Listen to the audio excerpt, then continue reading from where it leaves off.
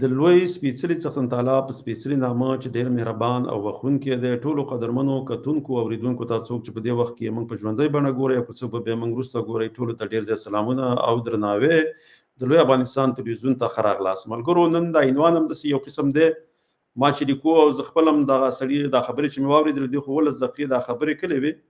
او په دې کې د افغانانو پښتنو د پښتونخوا پښتنو مسله خو د ټي ټي پي وه، خو تورونه په ټولو پښتنو باندې لګولي دي او په ټولو افغانانو باندې مځکه چې د افغانستان نوم یې پکې اخیستلی او بیا هغوی هم په دې تورن کړي دي چې دا کوم کار چې دا اوس وایي زه به د دې دا خبرې اول شروع کړم ځکه چې تاسې خپله واورئ. دا 18 دقیقې پروګرام خو ماتې هغه کمې خبرو باندې چې غواړو موږ پرې نن تبصره وکړو او ګلخانان په دې پوه کړو چې وګوره دغه سړی خو ګلخانان بیا هم نه پوهېږي هغې کې غیرت چېرته دی چې دا سړی څومره سپک رد بد پښتنو پسې وایي او څومره پښتنو ته پښتانه بې عزته کوي او هغې کمې خبرې چې دې کړي دي هغه بېرته زما په خوله هم نه راځي خو زه به بیا هم هغه ځینې ورته ترجمه کوم. زه به د دې دا خبرې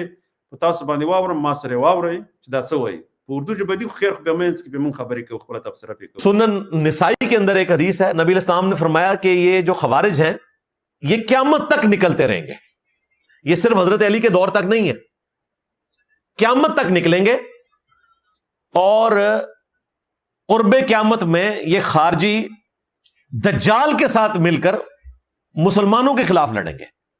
یعنی دیکھیں یہ خارجی کلمہ گو اہل قبلہ ہوں گے لیکن دجال کے ساتھ مل جائیں گے اور مسلمانوں کے خلاف لڑ رہے ہوں گے.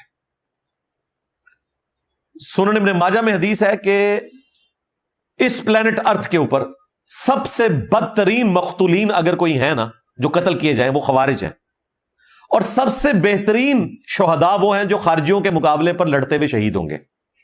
فوج کے اندر بھی بیچارے جو دیندار سادہ طبیعت کے لوگ ہیں وہ بڑے ریلیکٹنٹ رہے ہیں جب ٹی ٹی پی کے خلاف یہ سارے معاملات ہوئے کہ جی یہ تو داڑیاں رکھی ہوئی ہیں انہوں نے تو ہم ان کے خلاف کس طرح قتال کر سکتے ہیں. پھر انہیں بتایا گیا او بھائی ان کی داڑیوں سے ان کی نمازوں سے دھوکہ نہ کھائیں، یہ مسلمانوں کے قتل کے درپے ہوئے ہیں اور اسلام سے بھی ان لوگوں کا لینا دینا کوئی نہیں ہے. یہ بھی میں آپ کو بتا دوں، ہمارے ایک بڑے قریبی دوست ہیں، کرنل رینک سے وہ ریٹائر ہوئے ہیں. بلڈ اپ ان کا تبلیغی جماعت میں ہوا تھا لیکن پچھلے کچھ 6-7 سال سے وہ آلموسٹ اس پلیٹ فارم کے ذریعے رسول اللہ صلی اللہ علیہ وآلہ وسلم کے ساتھ جڑ چکے ہیں. تو انہوں نے مجھے خود اکیڈمی میں آ کے یہ بات بتائی. وہ کہتے ہیں کہ میری آلموسٹ 5 سال تک ڈیوٹی رہی ہے 2011 سے لے کر 2015 تک، یعنی سوات آپریشن میں بھی وہ شامل رہے اور اس کے بعد جو یہ ضرب عزب ہوا اس میں بھی شامل رہے. بلکہ وہ کہہ رہے تھے یہ پورا وزیرستان اور یہ ایجنسیز کا ایریا جتنا تھا اس کی ساری ذمہ داری میرے پاس تھی. اب وہ دیندار ہیں اور اس زمانے میں وہ تبلیغی جماعت کے ساتھ جڑے ہوئے تھے، یعنی فرقہ دیوبندیہ سے ان کا تعلق تھا جس فرقے کی ٹی ٹی پی جماعت ہے. تو آپ یہ بھی نہیں کہہ سکتے کہ کوئی مسلک کا اختلاف ہے تو کوئی ایسی بات کر رہے ہیں. وہ کہتے ہیں مجھے باقی باتوں کا تو نہیں پتا لیکن جو چیزیں میں نے خود ایکسپیرینس کی ہیں وہ میں آپ کو بتا دیتا ہوں. اتنی حیران کن باتیں انہوں نے بتائیں. وہ کہنے لگے جب ہم نے خود کش حملہ آور ان بچوں کو 16, 17, 18 سال کے بچے پکڑے، وہ کہتے ہیں جب بچوں کو ہم نے پکڑا تو ہم ان کا میڈیکل بھی کرواتے ہیں، باقی ساری چیزیں بھی، ظاہر ہے بعض اوقات کوئی ایسی بیماریاں ہوتی ہیں جو پھیل جاتی ہیں، ان کا ایک پورا ایس او پی ہے جو فالو کرتے ہیں. تو کہتے ہیں وہ سارے بچے جو تھے ان سب بچوں کے ساتھ بدفعلی ہوئی تھی. یہ میں آپ کو حیران کن بات، آپ کو میں ان کا وہ اصلی چہرہ بتا رہا ہوں جو انہوں نے مذہب کا لبادہ اڑا ہوا ہے داڑیاں اور پگڑیاں رکھ کے. ویسے تو آپ کو پتا ہے کہ یہ افغانستان میں بھی اور کے پی کے علاقے میں اس قسم کی ایکٹیویٹیز ہوتی ہیں، اس کو آلموسٹ انہوں نے کوئی مذہبی درجہ ہی دے دیا ہوا ہے الا ماشاء اللہ. تو کہتے ہیں ہم نے ان بچوں کے جب انٹرویو کیے اور ان سے پوچھا کہ بھئی یہ کیا آپ کے ساتھ انہوں نے کیا ہے، تو انہوں نے کہا کہ یہ ہم سے ہمارے وہ جو بڑے فوجی ہیں وہ بدفعلی کرتے تھے اور وہ ہمیں کہتے تھے ہم آپ کی پریکٹس کروا رہے ہیں کیونکہ پاکستانی فوج جب آپ کو پکڑے گی تو آپ کے ساتھ یہ کچھ کرے گی. اندازہ کریں. حالانکہ ہمیں پتہ ہے پاکستانی فوج میں کوئی تصور بھی نہیں کر سکتا اس طرح کے عمل. ملګرو ګوره اول خو دې دا چې دی خپله په یو وخت کې فوج کې کار کوو په خپله باندې بریالوی و بیا د برویلین خپل مسلک پرېخوستو، بیا دا خو داسې وایي چې پرېخوستو، خو بیا هغه د فوج نه هم راووتو، ځان یې تقاعد کو، خپل اجداد یې ځان یې دغه کړی دی، بیا راغلی دی دا کار یې شروع کړی. مسله دلته داسې ده، ګوره دې دا کار خبرې خو په ټي ټي پي شروع کړه، بیا ویلی چې د لواطت د هلکانو سره کول دا چې دی په افغانستان او په پښتونخوا دې سیمه کې دا کار چې دی وایي دا عام دی. مسله داسې ده، ګوره اول خو دا دی چې کوم د هغه سړي نه دا خبره کوله وایي هغه په فوج کې و، او په فوج کې و، بیا هغه دیوبند سره دیوبند مسلک سره یو ځای کوي، نه دې خاطر نه ځکه چې بریلویان او دیوبندیان خو وړاندې داسې اوس دا خلک باید یقین وکړي او دومره هغه صاحب مسلمان کو چې چا دې د خبره کړې وه چې اینه د هغې په خبره باندې تاسې حتمن یقین وکړئ، ځکه چې ګل خان هم په یقین وکړي او دغه پښتانه چې دي اینه چې دا هم په یقین وکړي چې دا خبره چې ده اینه دا د یو ډیر مسلمان او پاک سړي د خولې خبره ده چې هغه چې یو وخت کې فوج کې و هغې دا خبره کړې وه چې اینه چې موږ کله په فوج کې وو، مونږ به چې کله د ماشومان یا دغه هلکان به هم چې ونیول هغوی به دا خبره کوله، اینه چې هغې کله مینات وشول نو هغې د دا خلکو داسې هغې نه چې پوښتنه وکړه چې دا څه اینه دا ولې دا تاسو سره دا کار چا کړی دی؟ هغه ویله چې دغه زمونږ دا مشران چې دا کار یې کړی، وایي دا یې درسره ولې کوو؟ دا راسره دې په خاطر کوو چې هغه ویله چې تاسې د پاکستان د پنجاب فوج کله تاسې ونیسي نو هغه تاسو سره دا کار کوي، د مخکې نه تاسو موږ په دې کار رامخته کوو. خو اصلا دا خبره داسې نه ده. دا خبره چې دا چې د پاکستان فوج چې دی دغه مرتد فوج اصلا دوی دا کار کوي د کوم هغه پښتنو سره چې په پښتونخوا کې ونیسي او ځوانان یې د هغې سره دغه بدکاري کوي، دغه تکلیف او د مشکل چې دی دا په هغه ځوانانو باندې تیریږي، هغه ټي ټي پي ورسره نه کوي. خو مګر همدا خپل هم دغه پنجابیان دي، ځکه دې خپله ویلې چې نه پنجابیان وی بیا وایي چې دغه ټي ټي پي وایي چې کله تاسو دغه د پنجاب فوج ونیسي بیا سره دا کار کوي، تاسو باید په دې کار باندې عادت شئ. دلته یو بل تور هم پرې لګوي، هغه تور چې شی دی چې هغه په ښځو باندې ولا لګولی دی، د پښتونخوا په ښځو چې هغه څه وایي هغه هم واورئ، بیا پرې موږ وروسته خبرې هم کوو. او دې چې دا ویلی چې اول نه چې دا شروع وکړه چې خوارج دي او دا به تر قیامته پورې دغه کېږي، خو اول خو ډېر داسې چل کړی و. همدغه مرتد فوج چې کله امریکا او ناټو په افغانستان باندې حمله کوله، همدغه مرتد فوج د پنجاب فوج نو دا خو دغه په څنګ کې ولاړو، خپله خوارج وي، لکه دا خو خپله د کفارو په څنګ کې ولاړو، د یو مسلمان اسلامي ورور په خلاف باندې دوی دا جګړه کوله. دوی کم میدانونه ورکړي، وګوره هغه میدانونه چې دي شمسي هوایي اډې ورکړې وه چې په بلوچستان کې و، دا د امریکا استخباراتي ادارې CIA لخوا د بې پیلوټ الوتکو ډرون د عملیاتو لپاره کارول کېده. بلې وله ورکړې وه جکیب آباد هوایي اډې ورکړې وه چې په سند کې و، دا اډه هم د امریکایي ځواکونو لخوا کارول کېده. بله کراچۍ بندر هوایي ډګرونه چې دي دا هم د همدغه فوج ناټو په خدمت کې وو، او د هوایي حریم کارول هم د دغه نیټو په خدمت کې ورکړي. نو دا دغه مرتد فوج چې دی لکه دوی خو ټي ټي پي باندې دغه تورونه لګول چې دا خوارج دي، مګر دوی د خپل دغه فوج چې دا یې وله ستاینه کوي او دا یې طرفداري کوي، د دغه فوج چې د ټول عمر د کفارو سره یو ځای مسلمانان وجلي دي هغه بیا نه یادوي. خو د هغې خلاف چې څوک جګړه کوي بیا هغه یادوي نه چې د هغوی لواطکاران هم دي، لواطتونه هم کوي، ښځې وایي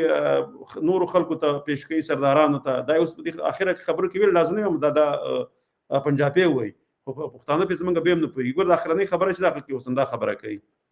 फिर वो करना साहब मुझे बताने लगे कि जो औरतें गिरफ्तार हमने की, उन औरतों ने बताया कि हम डिक्लेयर्ड बीवियां तो फलां की हैं, लेकिन हमारे बिस्तर पे कोई भी सरदार आ सकता है. ये दीनदारी है. APS का वाकया 2014 में हुआ और अब ये 2025 में भी आप देखें APS का ही इंसिडेंट हुआ है. 11 साल बाद भी हम उन्हीं तकलीफ से दोबारा से गुजर रहे हैं. तो मुज़ाकरात वाला मामला नहीं है, इनका इलाज सिर्फ तलवार है, क़िताल है, बंदूक है. बिल्कुल सीधी सी बात है. तो ये फितना अल खवारिज ګوره دا داسې چل دی چې نه د خپل فوج دپاره د هغې د ملاتړ دپاره خپل فوج داسې مولین چې دي هغې ته معاشونه ورکوي، هغې تربیه کلي چې هر وخت کې وغواړي هغه راوباسي او دغه زمونږ د پښتون ولس ذهنونه پرې خرابوي. لکه اوس که څوک د پنجاب فوج په خلاف باندې جنګېږي، که هغه بلوچ وي، که یو بل مبارز وي، که هر څوک وي، خو چې هغه جنګېږي بیا همدغه شان مولین دیو را دغه کوي، هغه قوم هم پرې سپکوي، قوم ته پرې توهین هم کوي، هغه د هغې هغه روایتونه کوم روایات چې دي، کوم دستور چې دي، عنعنات چې دي، هغه هم ورته سپکوي، په سپکه رقم ورته یادوي. بیا زمونږ پښتانه مرته ناست دغه رقم مولین چې دي هلته د دوی خبرې په تاثیر کوي چې هره فتوا بیا دوی ورکوي هماغه فتوی مطابق بیا دغه پښتانه چې دي هغې پسې ځي او داسې نه وایي چې دا خو د چا کوم استخباراتو دپاره کار کوي خو د پنجاب استخباراتو دپاره کار کوي پنجاب استخبارات خپله د کفر او دغه نورو خلکو سره یو ځای ولاړ دي نو ما دا ویډیو نن ځکه راوړو د اخرنۍ خبرې به مو واورو بیا خو یې بس کوو دا مې نه په خاطر راوړو ګوره دا اوس بلوچان چې خپلواکي غواړي د هغو خلاف هم لګېده بیا وایي دا چې اے پی ایس هغه یو وخت چې دلته د دوی هغه کوم حکومتي ښوونځي وایي نه دي ورته حکومتي سکول وایي یا هغه چې و هغې کې اے پی ایس چې ورته وایي آرمي پبلیک سکول نو هغه چې و هغه په هغې کې چې کوم هغه دغه خپل هغه پنجابي فوز ډېر زیات پښتانه ماشومان ووژل چې بیا یې ولاره برابره کړي چې دوی په پښتنو باندې په وزیرستان او په هغه منطقو باندې عملیات خپل پیل کړي نو د هغې دپاره یو هیله ورته لټوله چې کومه هیله وه نو ځکه دغلته دا ماشومان چې دي دا د پښتنو ماشومان او هغې شهیدان کړه چې دې ته یوه لاره برابره شي او یو جواز ورکړي چې په هغه ځای پښتانه په بمبارونو او په دغه پوځي عملیاتو کې هغوی هغه منطقې دي خالي کړي او هغه ځای کې چې کومه معدنیات دي او وسایل دي هغه به هم ویسي او پښتانو نفوس چې کوم زیاتیږي نو د هغې مخه مو نیسي چې بیا دلته پښتانه ځای نه شي نو هغه هم د هغې عام وجنه وله کوي نو دا ډېر د پنجاب فوج دی دا ډېر یو مکار فوز دی مرتد فوز دی خو دا هغه ځای پښتانه په بیا هم نه پوهېږي ګوره د اخرنۍ خبرې به هم واورو چې د بلوچانو په ځای کې لږ شانده څه وایي سرګزو ګورم که هغه پاتې یا टीपी की शक्ल में हो या बीएलए की शक्ल में हो इनका इलाज यही है और دا بیا وایي نه چې د ټي ټي پي دی او که دغه دی د بي ایل ای دی د دوی چې دی نه یو علاج دی او هغه چې دی د دوی د منځه وړل دي نو دغه مسله وه نن ما د دې دغه واورېدلې خبرې نو ما ویله چې دغه خپلو پښتنو سره افغانانو سره شریکې کړم ځکه چې دا وګوره دغه تاسو چې کوم مولین پسې ځئ د پنجاب او هغې او هغه فتواګانو پسې ځئ د هغه کتابونه ګورئ په اردو ژبه باندې درته لیکلي دي بیا د هغې غلامي کوئ که مذهبي ډلې دي زموږ یا کوم عام ولس دی دا داسې فکر کوي چې د پنجاب ملا کومه خبره وکړه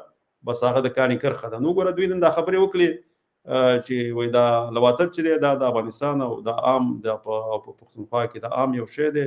او بیا په ټي ټي پي باندې دا تور ولګو چې د هغې ملیان چې دي دغه کوم ماشومان چې دي هغه په دې مرض باندې اخته کوي بیا ورته وایي نه چې د پنجاب فوز که تاسو ونیئ هغه سره دا کار کوي نو د هغې نه مخکې باید تاسو اماده شئ هغه دا چې د پنجاب فوز دا کار کوي او بیا ول هغه ښځې یادې کړي چې د کومې ښځې چې دي د ټي ټي پي یا دغه د پښتنو کومې ښځې چې دي هغه نکاح ښکلې ښځې د یو چا خو که بیا هغه وایي دغه کوي چې سردارانو ته یو چا ته بیا پرېږدي چې هر څوک ورسره دغه کېږي ورسره زنا کوي نو هغه ورته ازادي ورکوي نو دا شی دی دا یې تورونه لګولي وو بیا همدې په خاطر باندې د دې هغه مرداره څېره چې وه ما چې خپله د خپلو پښتنو ته یې ورښکاره کړو پښتانه باید په دې پوه شي چې د پنجاب که ملا دی که فوزي دی که عام څه که تجار دی کار څه دی هغه پښتنو ته په سپکه ګوري او همیشه ورته د غلام فکر کوي پښتانه چې دي هغه اوسه پورې په دې باندې نه پوهېږي